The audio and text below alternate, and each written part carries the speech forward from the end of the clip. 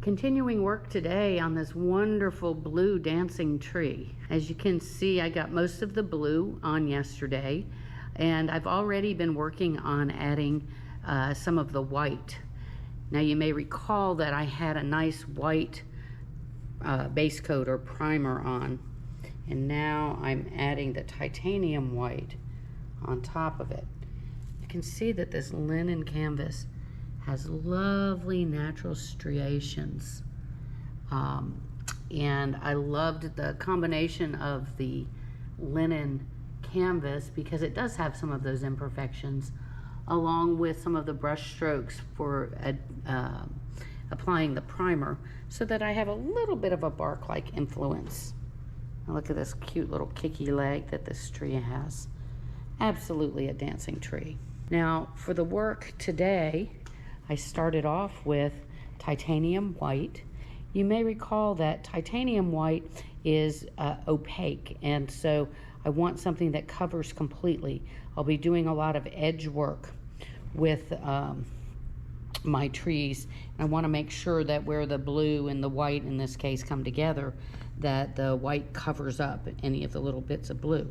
So titanium white is the white of choice for this project. I've been very careful on this first layer of oil color to make sure that we have a very, very thin coat. Now the reason that we put a thin coat is something called fat over lean.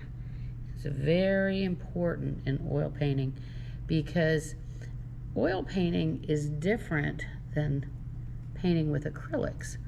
The drying process is very different.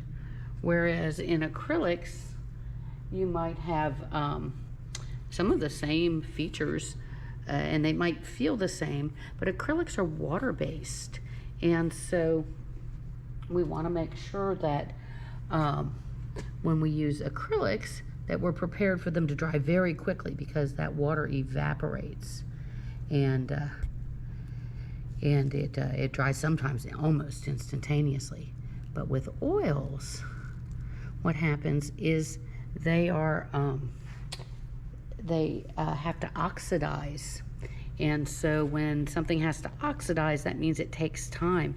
And if you have a big, thick, heavy layer, it's not going to dry quickly, and then your paint might crack. So we're going to try today to have nice, light strokes as I apply this white. Very nice light strokes. Oh, and see, I got some of that blue on there. I'm not going to worry about it. I am going to dry off or kind of clean off my brush a little bit and try to get as much of this blue up as I can. But we're going to put a top coat on here. And that's why I'm not doing any of the edges today, because the blue is still wet from yesterday. And I'll make sure as I go along that I don't have big bumpy lumps of paint, so that when I put my top coat on, it'll dry nicely.